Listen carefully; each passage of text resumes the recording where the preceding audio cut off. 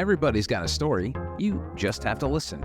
Hola, I'm Joe Pardavila, and this is Good Listen. Today, Rachael Madori tells her story. Now, stop me if you've heard this before.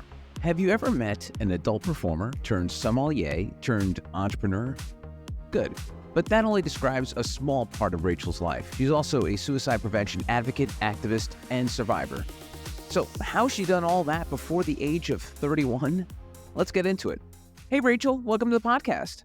Hi, thank you for having me. You're very welcome, and thank you for taking the time to talk. And man, what an incredible life you've lived. And I like to say that everyone's history is unfolding and being kept track of in real time. Like in olden times, when there was old white guys writing history about something that had happened. But history now, because of technology and the internet, social media, it's being written as we're living it. And so if folks were to pop on this podcast and were to Google Rachael Madori, they'd see you've done a lot of stuff. They'd see a lot. So before we get to the a lot part, tell me about like you as a kid and how you ended up working in the adult industry. Because to me, I always find it fascinating that I feel like most people control their own destiny. I know there's certain people that either because of relationships or family life, they can't make decisions. But I think a lot of us, a majority of us, control our destiny and go on the path that we want to go on. So talk to me about the beginning of your path when you were super young and you were like, yeah, I want to do this thing where I'm just going to start doing adult films. So can you take us back to those early days? Well, so when I first started watching porn, I was I don't know how old. I was like the normal age that you like stumble upon porn. But the porn I stumbled upon was like VHS, like 80s old porn. And to this day, that's the only porn that I watch. Like I won't watch normal like modern day porn. One, because I might see an old coworker and like that's like seeing your teacher at the grocery store, like outside of school. It's weird. So boner totally gone. So I still watch that. But no, the reason I actually wanted to do it, it was so random. I was sitting on like a couch one day and I was talking to my ex-husband at the time and I was like, you know what I really want to do? Like, I really want to be a porn star. And he was like, okay. And I was like, okay. And then I tweeted Brazzers and I was like, I want to be I want to be a porn star. And they were like, okay. And then they flew me down to Miami and I started shooting and like that's literally how I started. I mean, obviously like I got good at what I did to be like moving to LA and like repped by who I got repped by, obviously, but it was honestly quite easy to like get into. But I think like, I don't know, I feel like a lot of stuff like from my childhood has a lot to do with why I made that decision. Like I always was like an exhibitionist. Like I always liked really crazy stuff. I've always only ever did what I wanted. Like sometimes I feel like I was put on this earth to just really irritate people. Like really just like not even irritate, just like rub people the wrong way, right? Because it's like when people speak to me now and they see that I'm an author and that I'm a sommelier and that I have like these things that people deem as intelligent, and then they find out that I also used to suck dick for a living, it gives them this little twitch in their eye. And I love doing that to people and just really shaking up their idea of like what humans are actually capable of. And we're capable of a lot, apparently. It's so funny you bring me back because I think I'm a little older than you, but as a Gen Xer, the only kind of adult video we had access to was in basic cable. If you flipped over to the adult channels but didn't subscribe to it, you would get the wavy gray lines and you could kind of make out what's going on. So that was, and then obviously magazines. But in terms of video content, it was basically if you had a friend whose dad subscribed to the Playboy channel, or you look through the grainy static of an adult video channel that was on your cable that your parents didn't sign up for, obviously. So you're bringing back a lot of memories for me. And one of the things one of the themes of my conversation stuff I write about is like how we've come as a society. Like as much as people want to shit on, oh, the world's gone to hell, everything's terrible. Like we've come a long way because you, Rachael Madori, if you were to do your entire career track in the 1960s and then came up in the 80s and tried to be a sommelier, run businesses with that background and history, people are like, no, want nothing to do with it. So I find that it's amazing how far we've come where people's sexuality and past doesn't hinder them from what they want to do in life. What do you think about that in terms of like the sort of the timeline of this earth that you lived on and how you're able to do different things now? It's really great that we're able to do different things, but obviously, if it was the 1960s, like, that would be it, right? You get one choice of being naked on camera. That's it. Once you make that decision, like, that is what you do for the rest of your life. Like, you don't get to make another choice. So I do think that it's fascinating that I have more choices, but the repercussions of being a sex worker, like, are much, much, much, much, much more apparent than I, like, had initially thought. Like, I got disowned by my family for a while, which I was cool with because I'm like, I'm gonna do what I wanna do. You will come around eventually. Like, I'm happy. That's what matters to me. Like, this is not your problem. But, like, when I left and I started in the wine business, like, I used my real name. Like, I never hid from it. I put it on my website. Like, it was never something that I tried to hide. I was always, like, excitedly open about it. And I was rejected by a lot of people that wouldn't work with me, restaurants that didn't want my name associated with it. A lot of people that were just like that, like, we can't have someone like that on our team. And I'm like, okay, like, I'll keep trying, which is why, like, I went to 3 different schools and I got 3 different certifications, just having to be better than everybody else because of what I used to do. So it's like, yeah, I can have as many careers as I want now, and I love having multiple careers. I think it's a blast, but it's also like those repercussions of being a sex worker or being a woman are still there, and it really sucks. And now, like, speaking of timelines, we're in this weird situation where now, like, sex work, like, being a porn star, like, isn't cool. It's not cool, but it's not like what it used to be because Yeah. there's OnlyFans and there's cam sites and, like, I used to have an OnlyFans, like, I don't knock those, but, like, now it's like anybody can make a video and post online, and now it's like, it's kinda cool. It's like, well, that's another bag you got, like, that's another hustle that you have, like, and no one really talks shit on it. When I was doing it, like, it was really crazy. It was like when the industry was the industry, and it was a lot of fun, and it was a blast, but it was crazy, and it was a lot more frowned upon than even now. So, like, I think I'm excited now that women are able to do it a lot more, and, like, guys are able to talk about it and, like, get involved in the industry as performers more. Like, it's fascinating how it's just the sex industry is just so evolving. Like, even from the point I was in it, like, it was very taboo when I was in it. And now it's like, oh, like, whatever, like, you have an OF, like, whatever, I have one too. So I think it's a fascinating trajectory, but I think no matter what, there's always gonna be repercussions. Yeah. If you're a woman in the industry, there's always gonna be repercussions, like, no matter what.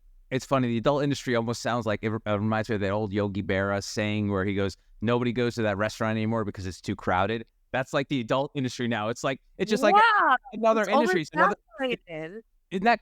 But that to me, I think that's pretty cool though. That we've come along that way. And you talk about being a woman, and I know there's been a lot of think pieces written about this, about the power of feminism in the adult industry because women, control, have total control nowadays. Obviously, I know there's bad situations in it, like any industry. But talk to me about the feminist angle in and being an adult performer. Oh, I love it. It's like, the sense of control is what's great, but it's just the fact that, like, that entire I think for me it's a little bigger than just, like, being a woman and being sexy, being on camera, and, like, feeling confident that, like, someone's filming me fucking. Like, for me, it's a lot bigger than that. It's the fact that there would not be a guy sitting in front of a computer, Googling my name, getting the lube, going through the process of jacking off. Like, it's the fact that I know I am creating content that someone is about to do that to. Like, that sense of power that I hold is amazing. And I think that's it just makes, as a woman, that just, like, it feels so, it's just so much fun to, like, have that amount of power that you can make something so pleasurable that someone else is going to enjoy. Like, that's really, really hot. And, like, in the industry, when you, like, walk on set, like, you're the one who is in charge. Like, you make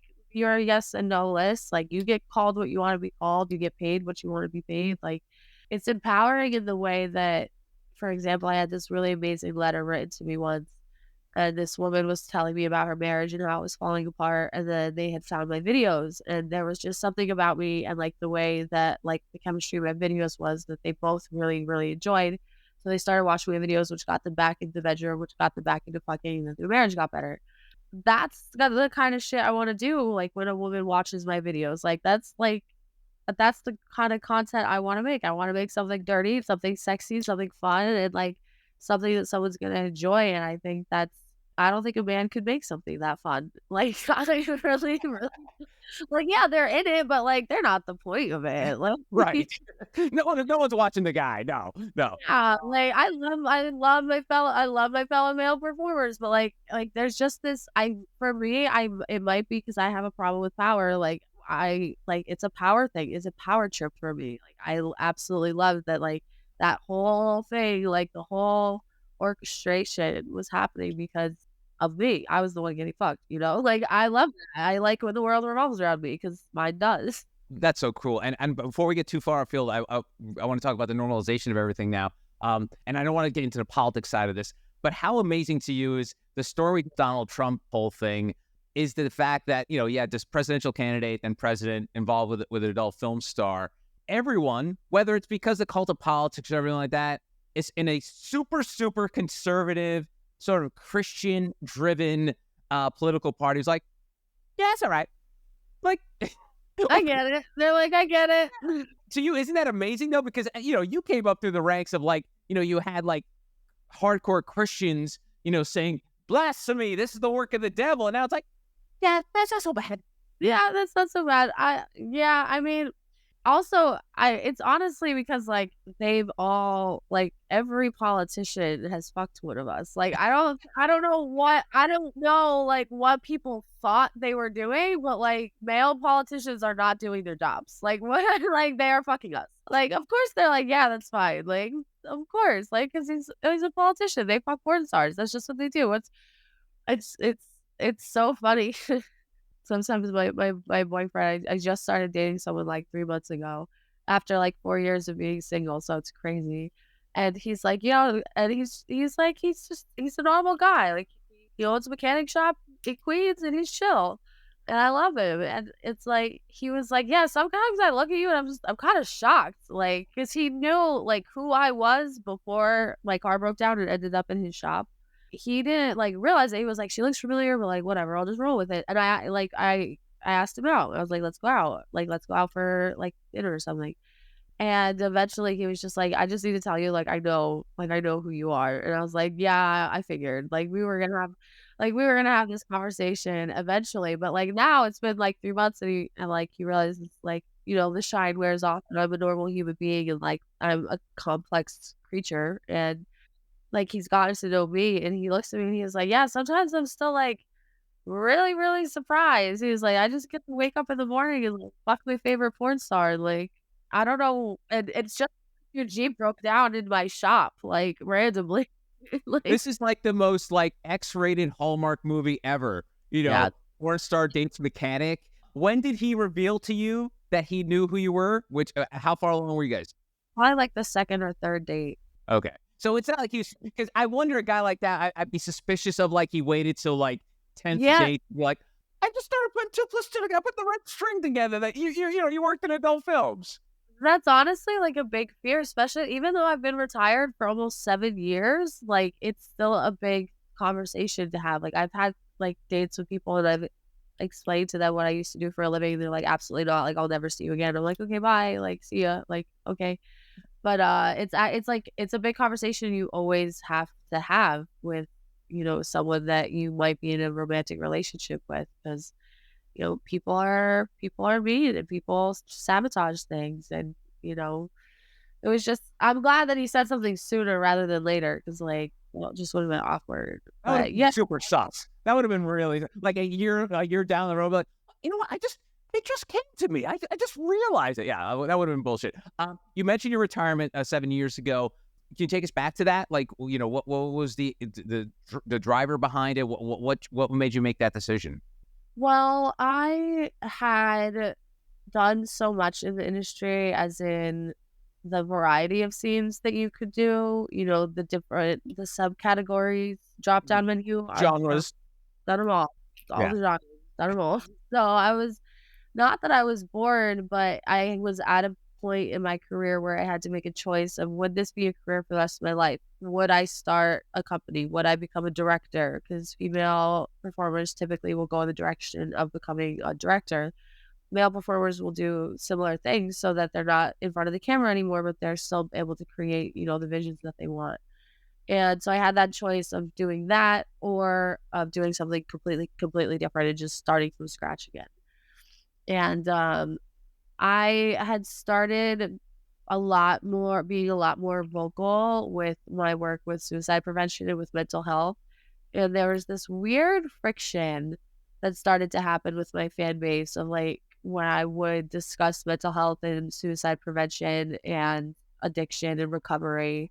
And then this friction of what I was supposed to be online, which was this sex symbol, like, why are you talking about these like really important things when like I'm really just here to jack off to you, which I understand, but like it's my Twitter, so I'm gonna do whatever I want.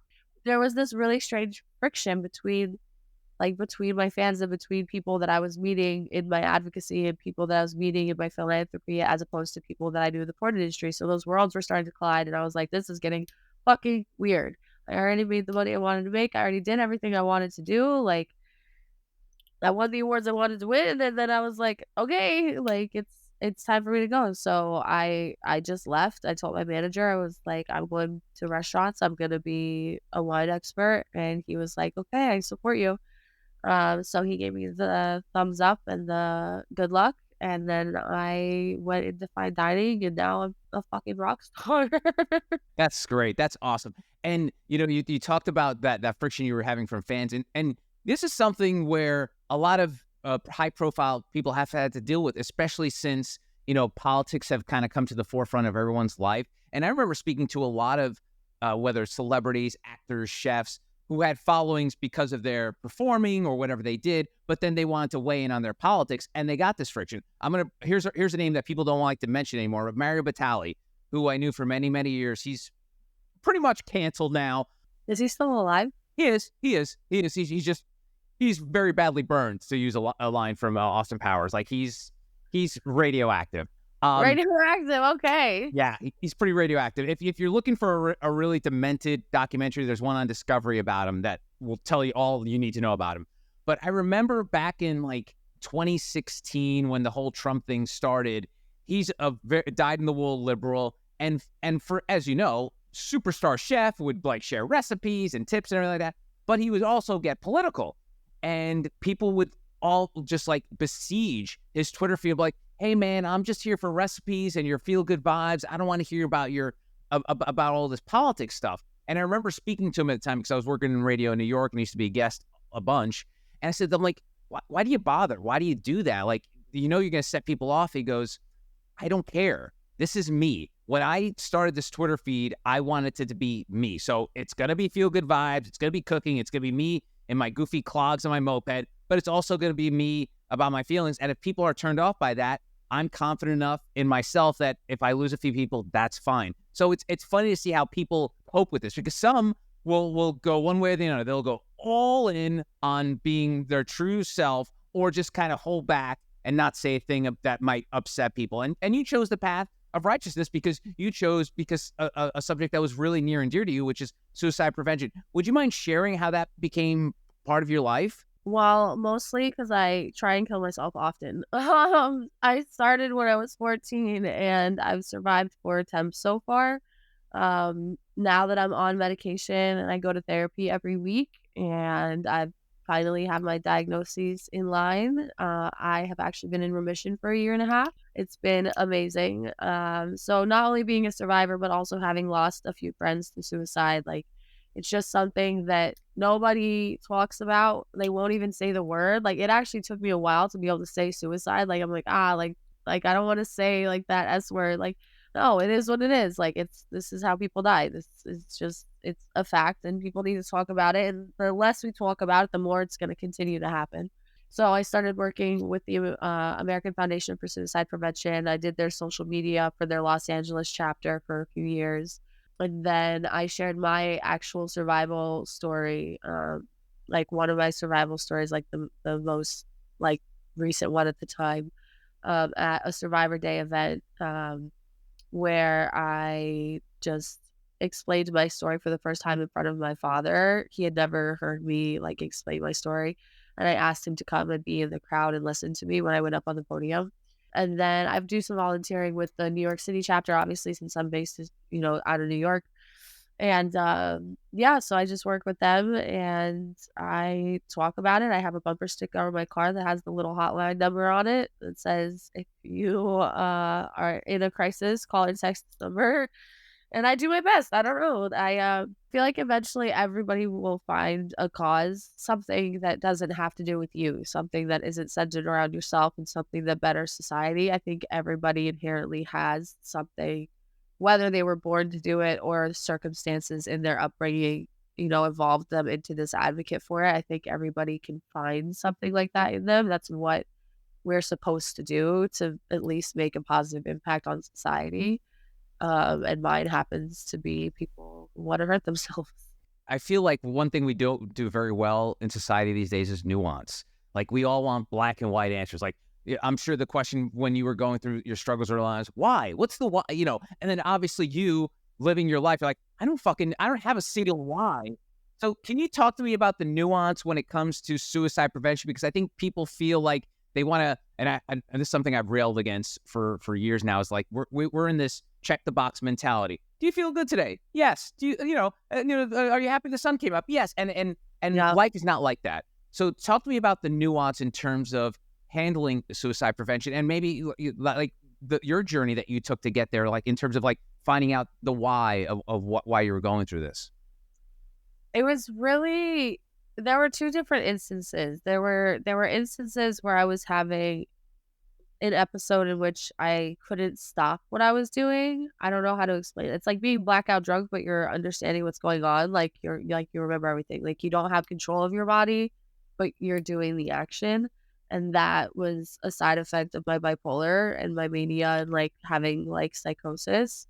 And which is why I am now in remission because I haven't had a manic or psychotic episode in almost 2 years. Um, so there's that, which is like unexplainable. That's like the only explainable thing is like literally my brain is broken. Like sometimes it just breaks and I just jump off a bridge. But the other part was, this was before I stopped drinking because I stopped drinking a year ago, which was probably the biggest life-changing thing I've ever done. Like stopping that was bigger than stopping crack or getting divorced. Like alcohol was actually killing me more than any of the other things that were killing me, but it was sneaky, but because I was drinking so heavily, I was so emotional all the time, and I was so emotional because I was bipolar and I had borderline personality disorder, so I mixed that with alcohol, and then I would just get this overwhelming, like one of the side effects of borderline personality disorder is like this fear of abandonment. So I would have this overwhelming sense of loneliness and then I would add alcohol to that. So it's just adding fuel to the fire. And it would be such a deep sense of loneliness to the point where it was more painful, the idea of existing and being so alone, than to just like be like, okay, like curtains, like just cut it out. Like this is not worth it anymore, like at all. Which is why I think, people are like, well, why, and then I'll even try and explain this like unexplainable loneliness to where being dead is actually less painful than being alive, which makes it your only choice is to die because you can't survive that amount of pain that you're in, emotional pain. One, I think it's hard for people to understand that emotional pain can be that physically painful. And two, I think then people will be like, well, you have so and so, you have your dad, who I'm very close with, you have your baby sister, who is my best friend, you have your boyfriend, you have your whatever, ex-husband at the time. Like, you have these people. Why would you feel so alone? I don't fucking know. Maybe because my dad left when I was born and he didn't come back until later. Like, maybe because my mom was never a mom. Like, maybe because I was a drug addict by the time I was 18. Like, I don't know why my brain's broke, but it's been broken for a very, very long, long time. And now, I'm going to be 31 in a couple weeks. I have just fixed it. So now it's like 0 to 30 was like, and 30 to onwards is like actual, like substantial foundation and substantial success. And actual tangible things that I've learned and earned and built, that haven't fallen apart because I am sober and because I am on medication. So when it comes to suicide, that's why it's just so complicated, because even now, like, as successful as I am, I still have episodes where, like, I really, really wanna hurt myself, and it's not as bad as it used to be because, I have my toolbox of things that I can utilize to calm down and, phone a friend and, like, call a hotline, talk to my sponsor, but I have built all of these support systems that I didn't have before, and when you don't have those support systems and you're going through a crisis, someone asking why, "Oh, why do you wanna kill yourself?" That's a dick move, you know what I mean? Like, it's like, why would you ask someone that? Like, the best thing you can do for someone who wants to kill themselves is to, 1, get them to a hospital, and 2, tell them that they're not alone and just stay with them. Like, just stay.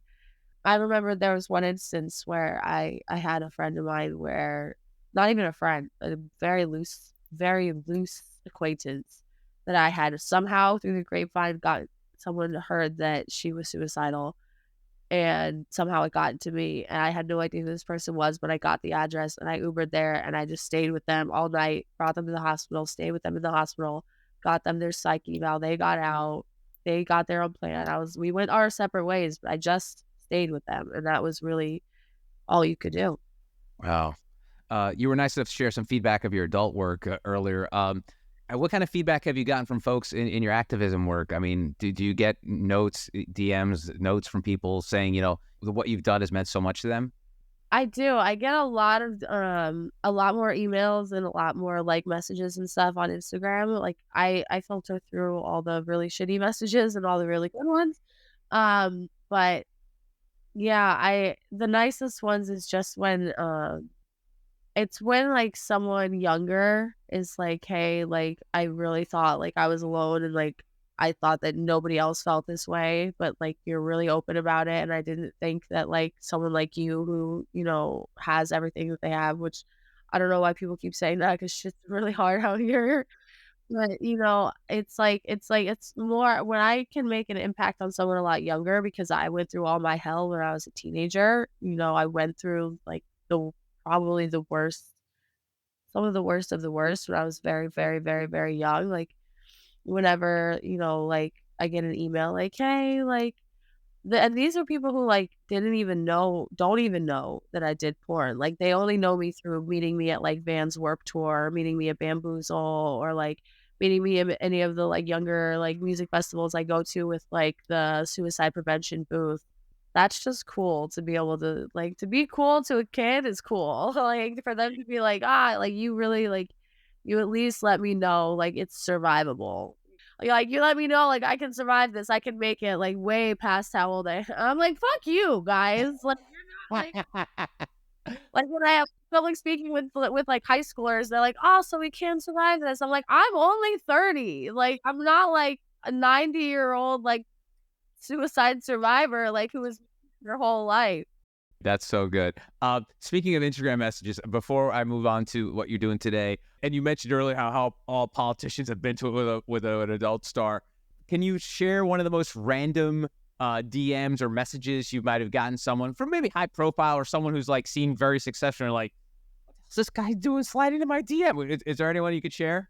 I can't disclose. Well, could you? All right, not I can't names, but can you disclose. say like what kind of job they had or something like that? Just like paint a picture like who this person might have been. They may have been a very famous rapper in the late 2000s. Okay, and slipped into the DM. Yeah. Tell me about a rapper's DM slippage. Is it polite? Is it debonair? Is it direct? How does that usually work? I think it's always polite. Okay. It's polite, it's nice, it's, like, who doesn't wanna fuck a rapper? Like, anyone who says that they don't want it was lying. Like, that's just a blast. Like, of course. So did you take them up on their offer or no? Yes, I did. So now I know why you don't want to share the name. Okay, now I get it. Okay. All right. So lastly, let's talk about what you're doing today. And I want to talk about wine. And so full disclosure, I've got a really terrible relationship with wine and mine goes way back. So I went to Catholic school in Jersey City, St. Paul's School, no longer there. But in second grade, they bring in sort of like the priest to come in and do like, I guess, a training of the communion. the priest comes in, walks us through the whole thing. It's almost like a rehearsal in class for the communion. So we all get up to take the bread, and he's saying, "This is the bread of the body of Christ." I don't remember what the dialogue was. So we sit down, and then he goes, "All right, now we're gonna do the blood of Christ, the wine." So he takes out the big, I guess his Juan Carlos, whatever cheap wine they use at the church. I want to know what they use. I don't know. So we get up, and I take the sip. First time I've ever had any kind of alcohol in my mouth or whatever. As I start to walk back to my desk, I projectile vomit in front of the entire class. No, you did not. Yes. And to this day, when I smell wine, and I'm an adult, so I often go to restaurants and smell wine, I'm automatically transported to 1982 St. Paul's School in Jersey City about the time I projectile vomited from drinking a sip of wine. It was just a sip. So I cannot drink wine, Rachel. And I know this might pain you because all of it, white, red, rosé, orange, nothing. Champagne, Cava, sparkle. I'll do a sip of champagne on like New Year's, but literally. Wow. So now you know where I'm coming from on wine. Tell me about your love of wine, because it sounds like, to borrow Jesus Christ, it's in your blood, the love of wine. Tell me about that. Oh, wow. Priests really been fucking up kids for a while, huh? Oh, yeah. Yeah, it's part of their brand. Yeah. I do love wine. I do love it. What's funny is when I talk in AA about being an alcoholic and being a sommelier, they're like, that's hilarious. I'm like, I know. It's really crazy that I would get a degree in the thing that I'm addicted to, which I obviously didn't take reins of until a year ago. And I've been a sommelier for 6 years. So 7 years now. So I love it. I think it's beautiful. I think it's fascinating that it has been around since the beginning of time, and that it's always been a commodity, and it's always been a necessity for the wealthy. It has this long history on top of the fact that there's so many new people adding to the industry now. There's so many more women. There's so many more people of color. There's so many less old, wrinkly, no offense, French white dudes that are like just trying to keep it like a boys club to create wine and what can be put on a label and like what it's supposed to taste like and what it's supposed to pair with. Like, it's changing into something so much bigger and so much more exciting that I love it. I don't do it anymore because I go to jail when I drink. So at this point, what I do is I do quality control at the restaurant that I run. So I run a restaurant in the West Village, and like, I can taste and spit. I, straw drinks and I spit. It doesn't bother me none. Anybody in AA would say I'm crazy, but at this point, like, the life that I've built being sober has been so rewarding that I wouldn't risk it by like actually starting to drink again, whether it be because of my job being surrounded by alcohol or not. But I just think it's just beautiful. Like, I love being able to go to a table and be like, okay, I can give you a $20 bottle, a $50 bottle, or a $500 bottle, and they're all going to be fucking amazing. But this is your call. This is your show. And being able to tell a story about it, how somebody thousands of miles away put their literal blood, sweat, and tears into something that you're going to drink and get drunk and enjoy and possibly fall in love that night, or go have a crazy memory with your best friend in the city, or see the stars differently for the first time because you're a little lit off this tiny grape from Bolivia. Like, that's beautiful. And I love it. And studying it was really fascinating. I love that it's not just the service studying it, but the etiology and the viticulture and how they grow and how they survive in really crazy environments. I feel like I would always like compare myself to a grape. I'm like, I can survive in the harshest of environments, because grapevines actually need very harsh environments to thrive, like wind, lots of wind, not so much water. Like, and I was like, I'm a grape, like, I'm doing great. I'm aging like fine wine. But it's fascinating and I love it. It's an unfortunate sidestep that I have chosen not to be a sober sommelier, and I've just chosen to run restaurants instead and help build my own bar thing. Yeah, tell me about that. Tell me about now the making something, because obviously you've been part of industries, but now you're making something. Well, tell me about what you're making. I'm fucking terrified, man. I'm making a mocktail cannabis bar, so a 0% ABV bar that has classic cocktails like sours, old fashions, martinis, spritzes, sparkling wine that's all been infused with locally made cannabis tincture from upstate New York. So you have a choice of every beverage to get a 5 milligram, a 10 milligram, or a 35 milligram drink. It is essentially an edible, so you really shouldn't consume that many if you're going to get 35 milligrams. But it's called The High End, and you can read about it at thehighend.org. And I'm having my first event on my birthday on March 8th and on International Women's Day, where I'm launching like the first bar with the first cocktails that I've ever curated to make into cannabis cocktails with no alcohol. And I'm using all dealcoholized alcohol. So I'm using bourbon that's been dealcoholized, tequila that's been dealcoholized, sparkling wine that's been dealcoholized. So it all tastes like it. It just doesn't have the booze behind it. That also being the idea that I like to find spaces where I can hang out where it's not booze centered, so I can still have a good time. I'm Cali sober, so as long as there's weed, I'm having a fucking time of my life. And then I'm gonna do a summer pop up, and then a fall pop up, and then a winter pop up, and we're gonna see where it goes. But I do plan on opening a brick and mortar location, which is why I named it The High End, because that's a cool ass name for a brick Great and name. mortar cannabis bar. Yeah, no, that's awesome. And it's so funny. My day job, I produce and consult business podcasts, and I have this running joke with any entrepreneur. I say, "You're all fucking nuts. Like, to be an entrepreneur, you have to be crazy." And you own it. You're like, this is crazy, but I think that's part of successful entrepreneurs owning their crazy. That this is something that they feel like the world needs. And listen, I think people have tried counting you out your entire life, and you're still standing, and you're still doing your thing. You're still doing what you want to do. So, I mean, you're on the right track. It sounds like. I'm hoping so. I feel like people always say, it looks like I have a lot of, like, I have myself put together and I have a lot of things figured out and everything seems great. And I know that's because social media is curated and it's all bullshit and all that. But I try and be as honest and open as I can on there.